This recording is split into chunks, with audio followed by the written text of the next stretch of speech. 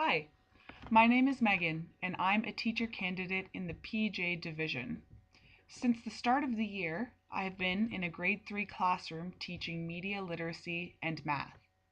Both the How Students Learn Math article and the Teaching is a Cultural Activity article were especially useful in helping me to reevaluate the way that I teach and reflect on why different practices might be more effective.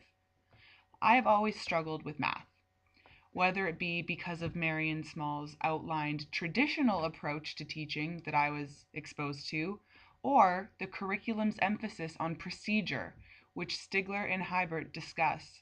Math was my most hated subject. My early memories of math are hazy. So hazy that I actually resurrected all of my old report cards in order to grasp a better understanding of my mathematical journey. My report cards in the mathematics section were generally littered with B minuses and C pluses. The comments would often indicate solving problems accurately, which was indicative of my participation in the cultural script that Stigler and Hybert reference. My knowledge of the cultural script allowed me to perform my traditional role of waiting to be shown the quote-unquote accurate way to solve the problem. In Marion Small's article, she emphasizes the importance of cognitively guided instruction, which encourages students to talk to each other about the mathematical ideas with which they were dealing with. The praise I received on my grade 3 report card for independently using most of the required concepts completely neglects this method of teaching. Small outlines 4 perspectives differing on what mathematics truly is.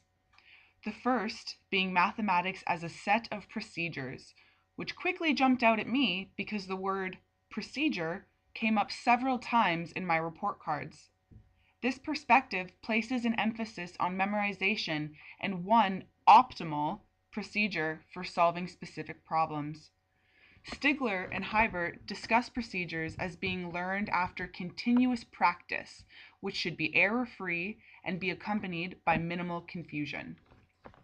While the Japanese are encouraged to take risks and believe that struggle leads to learning, the basis of my instruction as a child did not take this form.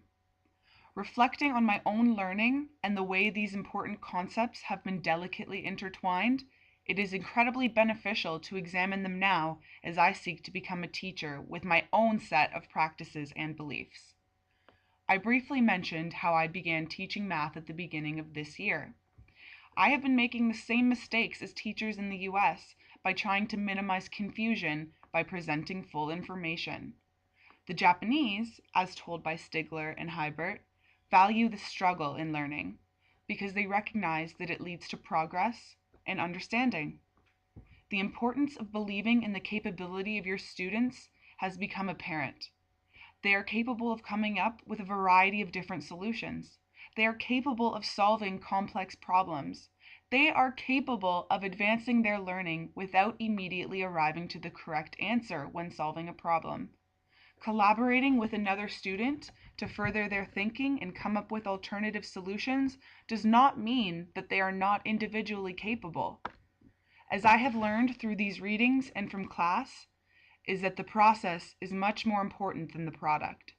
The more tools and approaches that are available to students will increase their chance of success.